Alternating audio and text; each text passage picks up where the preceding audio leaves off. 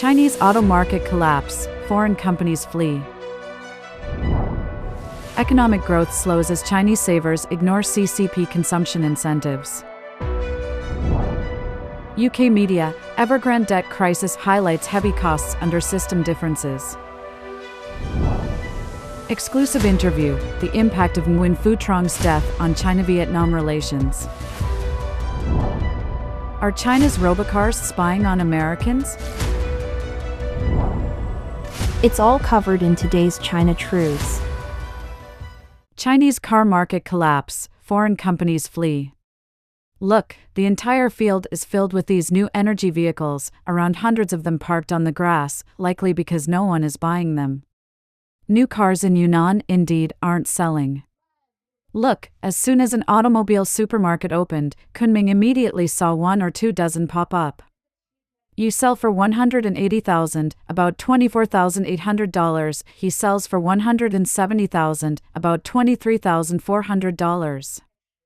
Our cars from March are priced just over $150,000, around $20,600, with a down payment of $28,000, approximately $3,900, yet no one wants them. The competition is really too fierce now, making our peers struggle immensely. Currently, selling cars has become increasingly discouraging.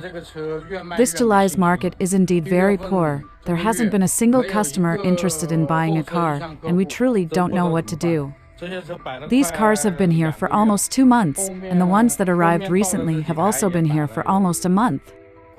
Now, low prices alone can't sell cars. The entire market has no demand for purchasing cars.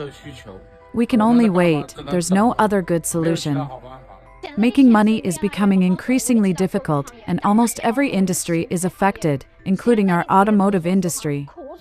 Honestly, the inventory of cars increases daily, prices keep dropping, but they just won't sell. Even within profits, we have to sell quickly to avoid increasing inventory, which would make them even harder to sell. The China Passenger Car Association, CPCA, released a report on July 8 stating that due to China's weak economic recovery, consumer willingness to spend is low. Although the government introduced monetary incentives in April to encourage trading old passenger cars for new ones, the effect in recent months has been minimal. June saw a nationwide sales volume of 1.78 million passenger cars, marking the third consecutive month of decline, down 6.9% year-on-year. Consumers who could buy cars have done so, leaving them with no purchasing power, while those who haven't bought still can't afford it. The market is stuck in this dilemma. Recently, SAIC Motor, China's largest automaker, has faced significant challenges due to continuous sales declines, poor performance of high-end new energy vehicles, and EU tariffs on electric vehicles. SAIC sales dropped from over 7 million units in 2018 to 5.02 million units in 2023. June sales fell 25.92% year-on-year, achieving only 33.3% of their annual target.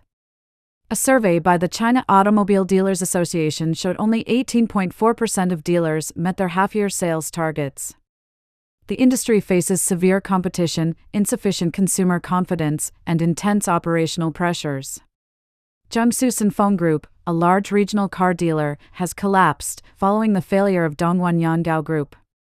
Sinfeng 60+ 4S stores have closed, leaving car owners who paid but haven't received their cars in a dire situation. Sinfeng Group acknowledged its financial crisis and is actively seeking solutions. Due to financial issues, some of their cars cannot be registered as their certificates are mortgaged for bank loans. Selling each car now results in a loss of about 5,000 yuan, about $690, with monthly operating costs around 1 million yuan, about $138,000.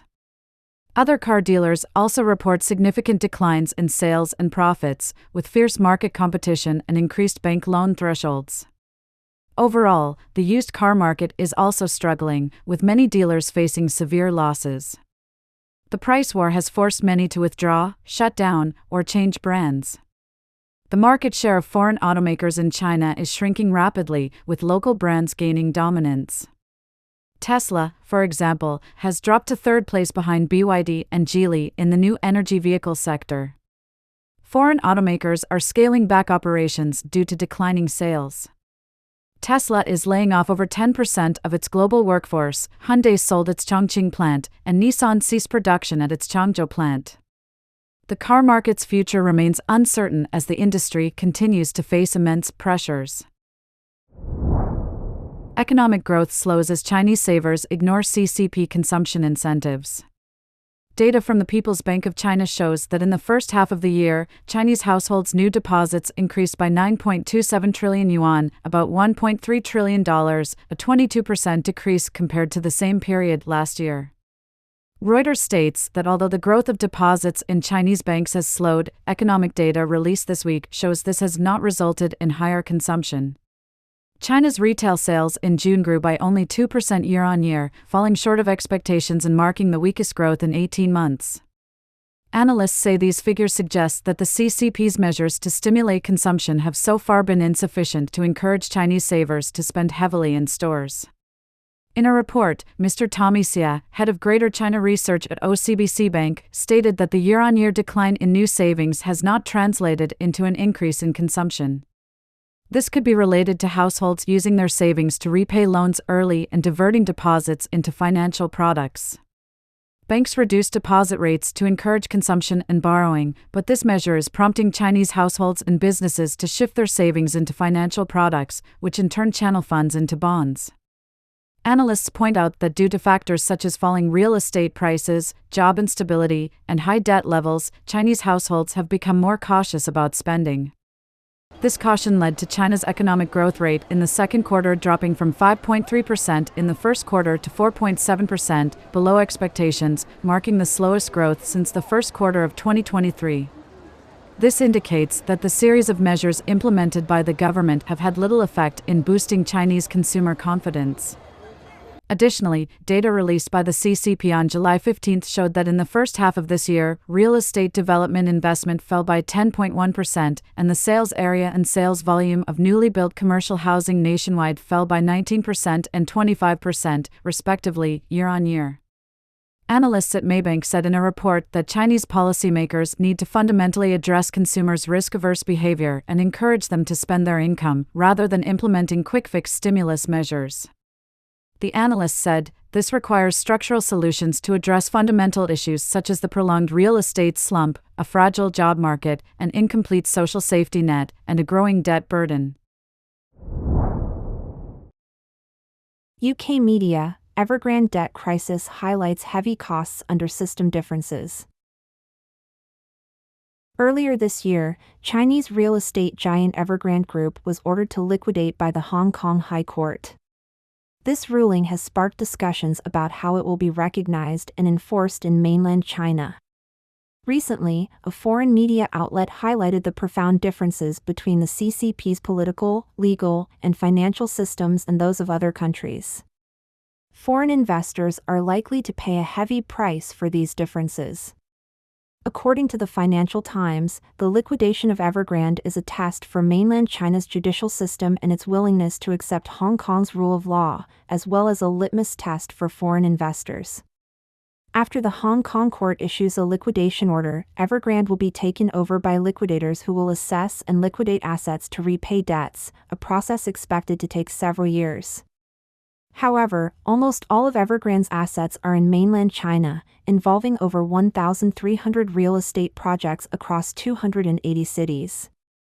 The liquidators appointed by Hong Kong will face legal obstacles in dealing with Evergrande's mainland assets.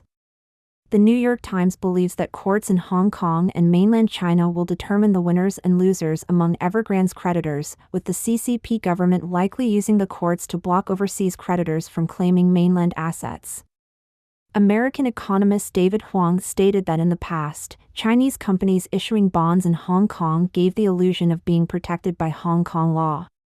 However, changes in Hong Kong in recent years have made it difficult to maintain adherence to Western legal systems. This makes it very difficult for Western bondholders to pursue claims in mainland China through its socialist legal system. Additionally, most dollar bonds are sold to international investors by offshore companies specially established abroad, with funds remitted to the domestic market as equity investments in subsidiaries. This offshore structure is a default method used by many property companies under Beijing's restrictions on direct overseas investments. Mainland media revealed that Evergrande's offshore companies started stripping domestic assets after the issuance of debt reports during the bond issuance period. After Evergrande's debt crisis, a large amount of domestic assets was transferred to Evergrande Real Estate under Evergrande Group from 2020, removing the offshore companies that provided guarantees for dollar bonds. Even if some assets were not transferred, they have been repeatedly financed domestically through pledges and other means. International pledges are not protected by Chinese law and can only be morally constrained through keep-well deeds. Even if domestic assets are divided up by domestic creditors, U.S. debt investors have no recourse. The Financial Times commentary stated that foreign investors have almost no recourse in the mainland Chinese political, legal, and financial systems and will pay a heavy price. David Huang also noted that a significant portion of recent real estate dollar bonds was actually purchased by Chinese capital, disguised as international capital through offshore companies in Hong Kong. This means that not only foreign investors suffer huge losses, but also many Chinese institutions and companies. U.S.-based economist Li Hingqing pointed out that the CCP authorities are to blame for the economic and wealth losses caused by China's real estate bubble. Taxes related to development and land are the largest source of revenue for the Chinese government, and many local governments rely on land finance. The real estate bubble wasn't created solely by developers like Evergrande but was also facilitated by the Chinese government. Hence, the massive economic downturn and huge wealth losses following the bubble's burst. In March of this year, the China Securities Regulatory Commission publicly characterized Evergrande Real Estate, the main entity of Evergrande's domestic real estate business, as engaging in financial fraud, bond fraud issuance, and illegal information disclosure, imposing a fine of nearly 4.2 billion yuan, about $580 million. Group Chairman Su Jiayin was also fined 47 million yuan, about $6.5 million, and banned for life from the securities market. Exclusive interview: The impact of Nguyen Phu Trong's death on China-Vietnam relations. On July 19, the Central Committee of the Communist Party of Vietnam announced that General Secretary Nguyen Phu Trong had passed away due to old age and severe illness at the age of 80. State media reported that he died early on Friday, the 19th, but did not provide further details. Mr. Nguyen Phu Trong had served as the General Secretary of the Communist Party of Vietnam and the Secretary of the Central Military Commission since 2011, and at one point also served as the President of the country. He was considered one of the most powerful leaders in Vietnam for decades. Observers believe that Mr. Nguyen Phu Trong was a political elder closely tied to the Vietnamese Communist movement, and his death signifies the end of an era. However, it remains to be seen whether the next generation can completely abandon past ideologies. Even if the Communist Party of Vietnam, CPV, remains in power, it no longer has representative ideologies and ideals. Mr. Wang Wenyue said, Nguyen Phu Trong's death actually shows the lack of strong leadership within the CPV. Without a strong leader, the CPV is likely to face some level of power struggle in the near future. Currently, besides the CCP, the only remaining communist regimes in the world are Vietnam, North Korea, Laos, and Cuba. Losing an established communist leader like Nguyen Phu Trong is undoubtedly negative for the CCP. If Vietnam undergoes internal changes and the CPV collapses, it will inevitably deal a severe blow to the CCP. Mr. Wang explains that the Vietnamese authorities began economic reforms in 1986. Like the CCP, the CPV has always harshly suppressed the population and strictly guarded against so-called peaceful evolution. The Vietnamese economy is also controlled by a privileged class within the CPV, leading to significant public resentment and developmental bottlenecks. Mr. Wang said, if the current political and economic reforms do not continue in the right direction, Vietnam could face similar problems to those within the CCP system in the coming years. During his tenure, Mr. Nguyen Phu Trong launched major anti-corruption campaigns, resulting in the forced resignations of State President Nguyen Xuan Phuc and Mr. Vo Van Thuong, among others. He also amended the rule limiting the party chair to 2 terms and secured a 3rd term in 2021. Currently, Mr. Lam, a key figure in Vietnam's anti-corruption campaign, has succeeded Mr. Nguyen Phu Trong as General Secretary of the CPV and Secretary of the Central Military Commission. Mr. Lam, 67, joined the CPV Politburo in 2016 and became the Minister of Public Security. He was recently promoted to the state president in May. Observers note that if Lam, like CCP leader Xi Jinping, continues to serve simultaneously as state president and party general secretary, the CPV may become more authoritarian for a time. However, if Mr. Lam has sufficient political wisdom to make Vietnam more pro-Western, open, and free, the country could see faster economic and social development. Mr. Wang Wenhua also mentioned that Vietnam is a crucial battleground in the current Indo-Pacific situation. The relationship between Vietnam and the CCP is complex. They are both communist brothers yet have had long-term wars and sharp territorial and maritime conflicts. Mr. Wang Wenhua, in my visits to Vietnamese scholars and the public, I found that there is significant wariness regarding the relationship between the CCP and Vietnam. Domestically, China is seen as the biggest threat to Vietnam's national security. In recent years, under the Western strategy of de-risking and distancing from the CCP, multinational companies like Apple have been relocating their factories to Vietnam. Vietnam's military cooperation with the US and others has also become closer, and the country has started purchasing Western weapons.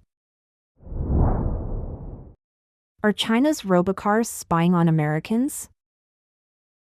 Recently, Dr. Anders Ciorar, a well-known writer, published an article in the Epoch Times about China's Robocars spying on Americans.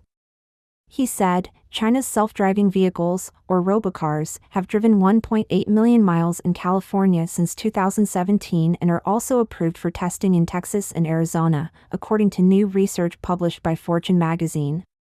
The cars can have cameras, mics, GPS, LiDAR lasers, radar, and AI sensors to navigate and record, including road terrain and driving conditions, for self-driving applications such as robot access.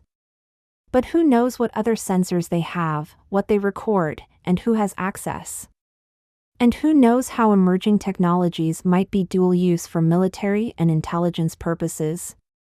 The data is most likely sent to China, which violates the privacy rights of Americans. If it wanted, the CCP would have full access to the data according to Chinese law, including, for example, Wi-Fi passwords, facial recognition, and license plate tracking of dissidents who fled China. What makes Robocars particularly risky from an espionage perspective is that they can be directed to drive almost anywhere to spy, record, and steal data, including near U.S. military bases or corporations that have proprietary information. Chinese nationals employed in the U.S. Robocar business, including 3 former employees at Apple, have already been charged with allegedly stealing proprietary self-driving data. One was convicted but got a sentence of just 4 months. That will not deter thieves from stealing data worth billions of dollars. It allows Chinese companies to leap over U.S. companies while using U.S. technologies and data as a springboard.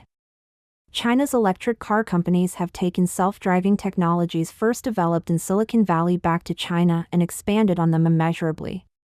Another major issue is reciprocity.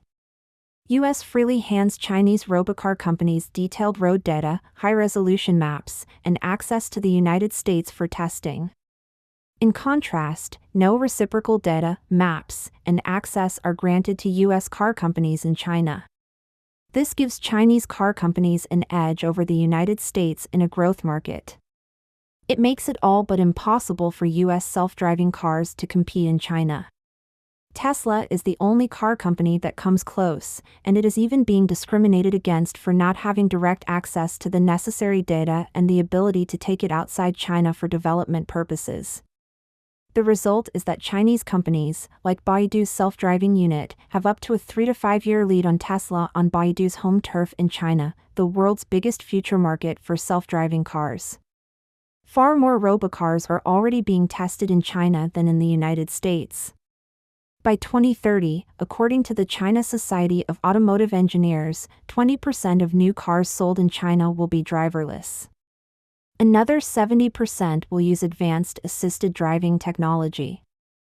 That leaves just 10% of new cars in China in 2030 that are solely human-driven.